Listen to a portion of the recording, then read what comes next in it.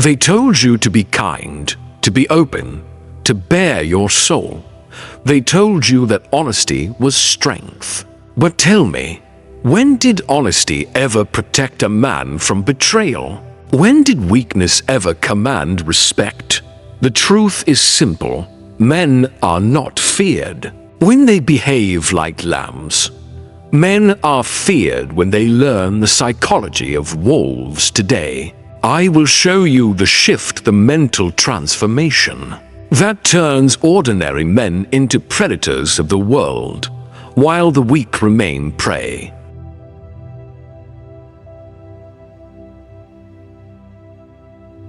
They have sold you a lie since the day you were born, a carefully packaged lie, wrapped in noble words and shining ideals. They told you that if you showed your heart, people would admire you. They told you that if you confessed your fears, others would protect you. They told you that if you shared every thought, you would be loved. But let me ask you this. Has any man in history ever become powerful because he was loved for his weakness? Or did he rise because others feared to touch him? The truth is bitter, but truth does not care for your comfort. The world you live in does not reward openness, it devours it. When you expose your soul, you believe you are building connection. But in reality, you are handing over weapons, one confession at a time. A secret revealed is no longer yours. A weakness displayed is no longer under your control. And those who smile when you reveal it, they are simply sharpening the knives they will one day use against you. Look around you. This is an age of endless exposure. Men broadcast their every thought into glowing screens. They mistake likes for loyalty, comments for respect, and applause for power. But applause is not power. Applause is the addiction of men who cannot endure silence. They need the noise of the crowd because without it, they feel empty. They believe claps and cheers make them strong. But in reality, it makes them fragile because the moment the crowd turns against them, they collapse. A wolf does not collapse when ignored. Only the lamb does. Understand this. Validation is a leash, and the man addicted to it will always live as a slave. He walks into rooms not to dominate, but to be noticed. He speaks not to influence, but to be approved.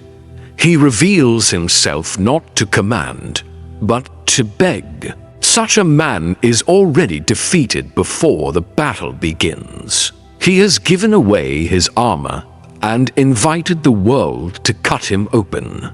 History has shown this trap again and again. Princes who revealed too much of their hearts were betrayed by conspirators.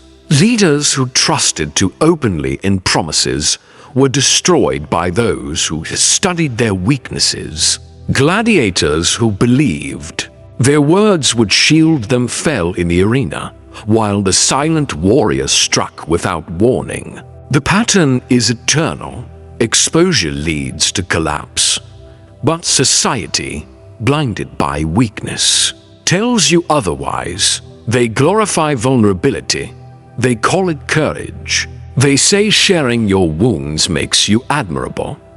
But let me ask you, would you admire a wolf that limps in front of you, bleeding and trembling? Would you follow a leader who cries to his enemies about his doubts? No. You admire strength. You admire resilience. You admire the one who endures pain without asking for pity. Because pity is not respect, it is preparation. Men who pity you today will abandon you tomorrow. Wolves do not gather round the weak to protect them. They circle to feed. This is the illusion of strength. They want you to believe that exposure makes you brave, They want you to believe that confession makes you authentic. But authenticity without calculation is suicide. What you call vulnerability, your rivals call opportunity. What you call honesty, others call a map of your destruction. Think of the modern man who posts every detail of his life, his meals, his moods, his struggles, his fears. Does he gain power, or does he become predictable, fragile, easy to manipulate? The more he speaks, the more he reveals. The more he reveals, the easier he is to control. Words without calculation are footprints in wet sand, easy to follow, easy to erase. Contrast this with the wolf. The wolf does not explain itself. The wolf does not confess. The wolf does not beg for applause. Its silence is its power. Its presence alone is enough to command fear and respect. Men who carry silence within them are always larger than life because others cannot measure them. And what cannot be measured cannot be controlled. So here is the first law of transformation. Erase the addiction to validation. If you cannot kill your hunger for approval, you will never escape weakness. Every time you seek applause, you admit dependence. Every time you reveal your wounds for pity, you are teaching others how to cut deeper. Every time you confess your doubts, you surrender the advantage of mystery. This is not cynicism. This is survival. Machiavelli himself wrote, "Men judge by their eyes, not by their hands." Appearances rule the world, not confessions. If you control what people see, you control how they judge. But if you reveal everything, you lose the ability to shape perception. You hand them your inner life on a plate, and in doing so, you hand them control. Understand this reversal. The very things you are told will make you powerful are the same things that will strip you of power. This is the illusion of strength. Applause is slavery. Pity is poison. Noise is exposure. The herd believes these are virtues. The wolf knows these are chains, and so the choice is before you. Live as prey, constantly revealing yourself in the hope of comfort, or begin to walk as a wolf, guarding your silence, commanding respect without explanation. The weak man dies in the open. The strong man begins his reign in shadows.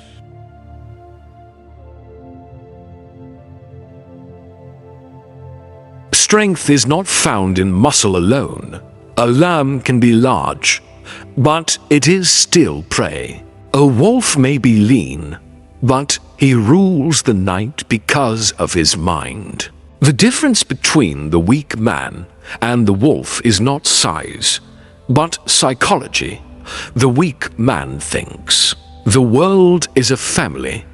He believes loyalty is guaranteed, that people mean what they say, and that kindness will be returned. He lives by hope, but the wolf does not live by hope. The wolf lives by calculation. Understand this shift. The lamb asks, "Will they like me? Will they protect me?" The wolf asks, "How can I use them? How can I control them?" The lamb wants acceptance. The wolf wants advantage. This is the birth of power, the ability to stop seeking comfort and start seeking control. Look at the psychology of predators. The wolf does not howl his plans into the forest. He studies the herd silently. He learns their weaknesses, their patterns, their blind spots. And then he strikes at the perfect moment. Victory belongs to him, not because he is loud, but because he is patient. The same principle governs men. The one who speaks least is often the one who listens most, and the one who listens most learns what others cannot. The lamb believes words create strength. He rushes to prove himself, to explain himself, to tell the world who he is. But words are cheap. Wolves know this. That is why the wolf remains silent until movement is necessary. A man who learns to master his tongue multiplies his power, because every withheld word is a weapon still hidden. And a hidden weapon is more dangerous than one already drawn. Think of the effect of silence. When you speak openly, men know where you stand. They can predict you, prepare for you, and counter you. But when you conceal your mind, uncertainty spreads. Rivals become cautious, allies become more respectful, and enemies begin to imagine threats that may not even exist. This is the psychology that creates dominance, not what you reveal, but what you refuse to reveal. The wolf mind thrives on unpredictability. Weak men collapse because they are too easy to read. They confess their fears. They reveal their strategies. They beg to be understood. But wolves are unreadable. Their silence breeds tension, and tension is a force greater than muscle. An army can prepare against numbers. But how do you prepare against shadows? How do you defend against an enemy you cannot measure? You cannot. And so the wolf already wins before the fight begins. This transformation demands sacrifice. You must strangle your addiction to comfort. You must crucify your desire to be understood. You must reject the constant urge to prove yourself. These are the instincts of prey, not predators. The wolf within you is born when you learn to endure being misunderstood without correction, ignored without despair, and hated without explanation. Only then do you rise above weakness. Remember this. Power belongs to the man who can remain silent in a world addicted to noise. In the endless chatter of modern life, the silent man is terrifying. He is not drowning in exposure. He is not a beggar for applause. He is a fortress others cannot breach. While the weak dance for validation, the wolf calculates in silence, and when he moves, the move is irresistible. This is the psychology that turns men into wolves. Not cruelty for its own sake, not violence without reason, but the discipline to guard your silence, to master what you reveal, to endure solitude until the moment of strike. The lamb reveals and is devoured. The wolf conceals and survives.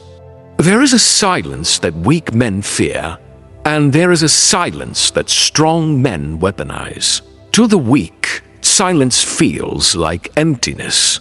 It feels like rejection. They rush to fill it with words, confessions, explanations. But the wolf understands. Silence is not emptiness, it is control.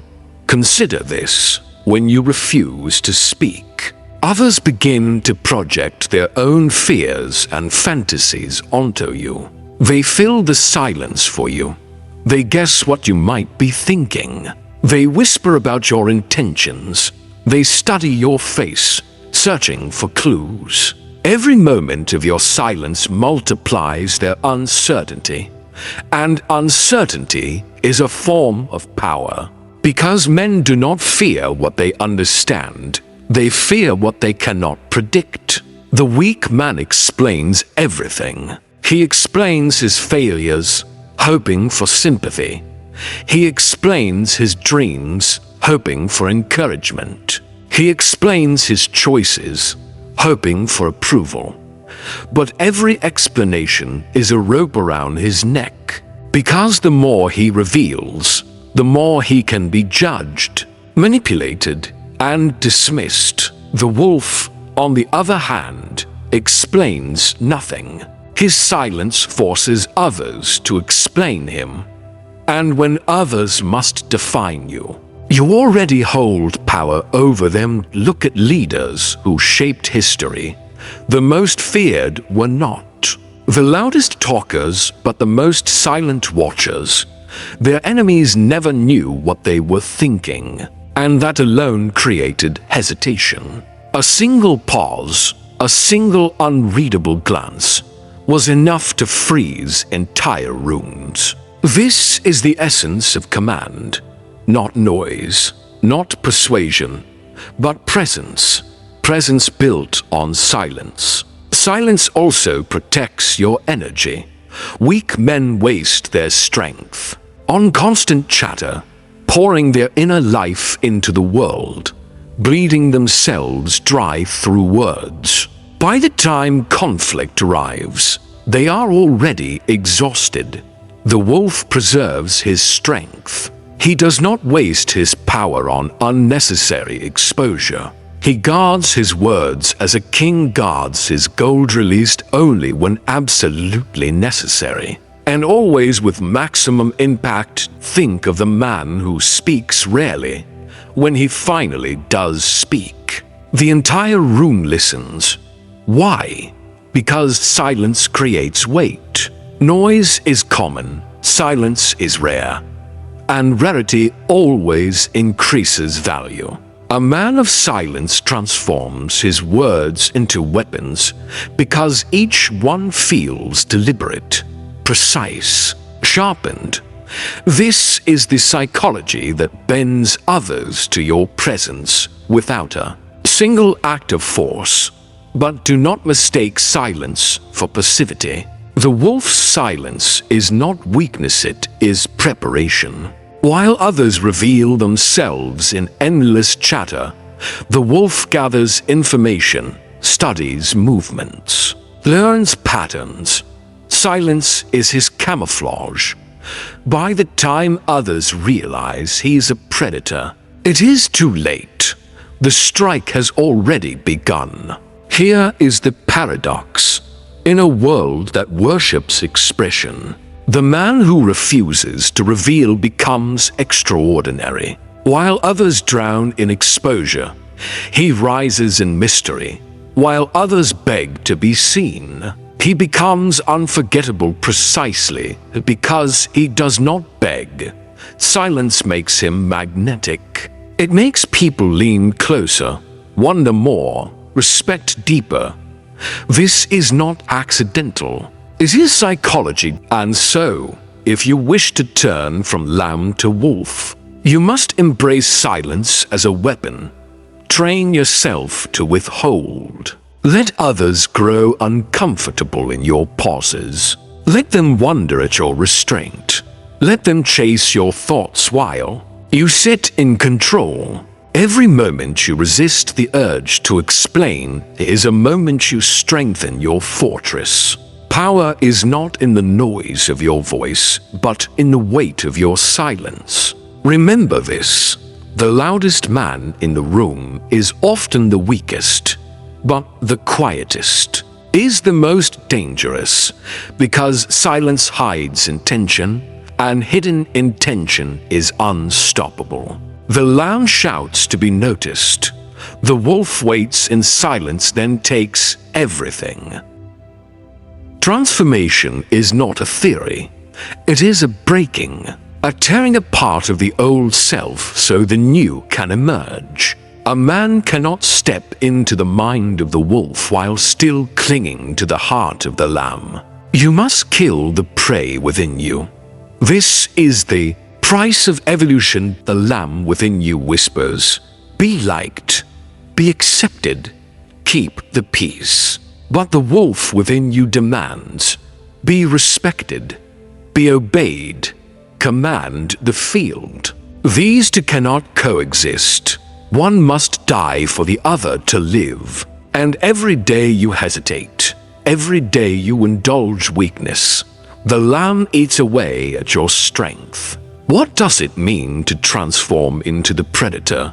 It does not mean endless violence. It does not mean cruelty for entertainment. The predator does not strike because he is reckless. He strikes because he has studied, calculated, and chosen the perfect moment. The wolf does not chase every shadow. He conserves his energy until the kill is certain. Likewise, the man who transforms must abandon the frantic noise of weak men and embrace precision to become a predator. You must master 3 disciplines. 1. The discipline of silence. Say nothing when nothing must be said. Reveal nothing that gains you no advantage. Hold your tongue until your words cut like blades. Weak men pour out their souls. Predators drip their words with purpose. Every withheld sentence is a fortress. Brick. Every pause is a weapon too. The discipline of observation. While others speak, you watch. While others expose, you analyze. The predator studies faces, patterns, reactions. He notices what the herd ignores. Observation creates foresight, and foresight creates control. The man who sees what others miss becomes the man who rules without resistance. 3. The discipline of timing. Power is not about acting always. It is about acting at the right moment. The lamb rushes into conflict, desperate to prove itself. The predator waits, and waits until the strike is inevitable. And when he moves, it is so sudden and so precise that no defense can stand. These disciplines reshape your very being. You stop bleeding yourself into the world through constant exposure. You stop wasting energy proving yourself to those beneath you. You stop moving without strategy. Instead, you become still, calculated, unreadable. And in that unreadability lies your danger. Society will resist this transformation. They will call you cold, distant, arrogant. But remember, the opinions of the herd are designed to protect the herd. They want you to remain soft because your softness keeps you controllable. The wolf is always hated by the sheep, not because he is wrong, but because he cannot be domesticated. Do not seek their approval. Their disapproval is proof that you are changing. Once this transformation is complete, you no longer chase validation, you command it. You no longer seek protection, you become the danger others avoid. You no longer beg to be understood, you let mystery guard you like armor. Weak men crave the warmth of the herd. Wolves thrive in the cold silence of independence. Understand this final truth. Weakness is not erased by comfort, but by conflict. The man who avoids struggle remains prey forever. But the man who walks into conflict with the mind of the wolf becomes untouchable. He may lose battles, but he never loses respect, because the predator, even in defeat, is still feared. The lamb, even in safety, is still pitied. The choice is eternal. Remain the lamb who lives safely but dies forgotten, or embrace the predator who risks everything and carves his name into eternity. The world does not remember the silent suffering of lambs. It remembers the howl of wolves. Now you know, weakness is not erased by begging the world to be kind. Weakness is erased when you transform your mind. When you abandon the illusions of the lamb and step into the cold silence of the wolf, the psychology that turns men into wolves is not hidden in books or whispered by teachers. It is carved in the laws of survival. The weak expose themselves, explain themselves, excuse themselves, and they are devoured.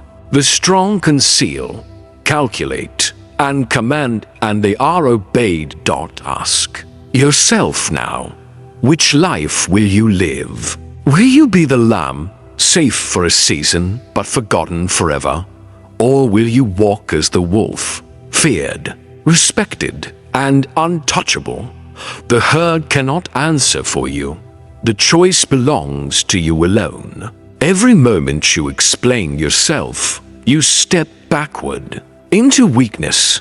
Every moment you withhold, you step forward into power. Every time you trade comfort for silence, hesitation for patience, exposure for mystery, you sharpen your teeth. Slowly, quietly, you become what others whisper about in fear. You become the man who cannot be read, cannot be controlled, cannot be dismissed. And when the world finally notices, it will already be too late. The predator will have been born. Remember this truth as you leave. Men are not respected for their softness. They are respected for their silence, their presence, their control. The wolf does not ask. He takes. The wolf does not reveal. He waits. The wolf does not beg. He commands. If you have listened closely, you are already changing. You feel it, don't you? That pull away from weakness, that hunger for control, that rejection of the chains you once carried. This is not motivation. This is transformation. The next time you are tempted to explain yourself, stay silent. The next time you are tempted to beg for approval, walk away. The next time you are tempted to reveal your plan, conceal it. And when the moment arrives to strike, strike with precision, with confidence, with the calm rage of the wolf. Because the world does not bow to the loud. It bows to the silent. It bows to the man who waits in shadows. It bows to the predator. And if you choose, that predator will be you.